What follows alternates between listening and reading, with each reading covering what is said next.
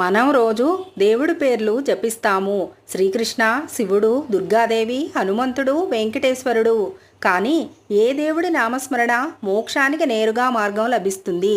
ఎవరి నామావళిని రోజు పఠిస్తే పాపాలు పోతాయి అంటే అసలు శాస్త్రాలు ఏం చెప్తున్నాయి అంటే కలియుగంలో నామస్మరణే ముక్తికి మార్గం అని భాగవతం, గరుడ పురాణం, కాళికా పురాణం స్పష్టంగా చెప్తున్నాయి.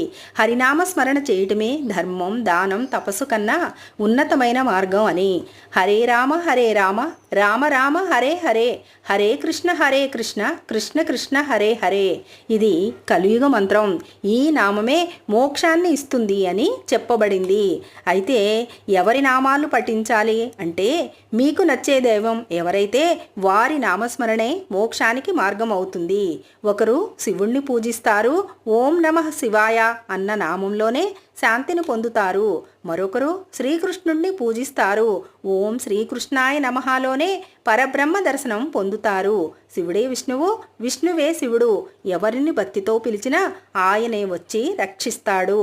నిత్యంగా నామస్మరణ చేస్తే ఫలితాలు ఎలా ఉంటాయంటే ప్రతిరోజు ఒక శతనామావళి చదివితే పాపం తొలగిపోతుంది, మనసు శాంతిగా ఉంటుంది, భయం, దుఃఖం తొలగిపోతాయి, భగవంతుడి అనుగ్రహము దక్కుతుంది. అయితే ఉదాహరణకి శ్రీకృష్ణ శతనామావళి, శివ శతనామావళి, వెంకటేశ్వర నామావళి, లక్ష్మీదేవి నామావళి ఇవన్నీ కూడా శక్తివంతమైనవే. మనం ఎవరిని నమ్ముతామో వారిని నిత్యం ప్రేమతో పిలవాలి. ఆ నామమే మోక్షానికి మార్గం అవుతుంది. ప్రతిరోజు 10 నిమిషాలు భక్తితో నామస్మరణ చేయాలి. జీవితమే మారిపోతుంది. శరీరం మారకపోయినా మనసు పునీతమవుతుంది. జై శ్రీరామ్, జై శ్రీకృష్ణ, ఓం నమః శివాయ.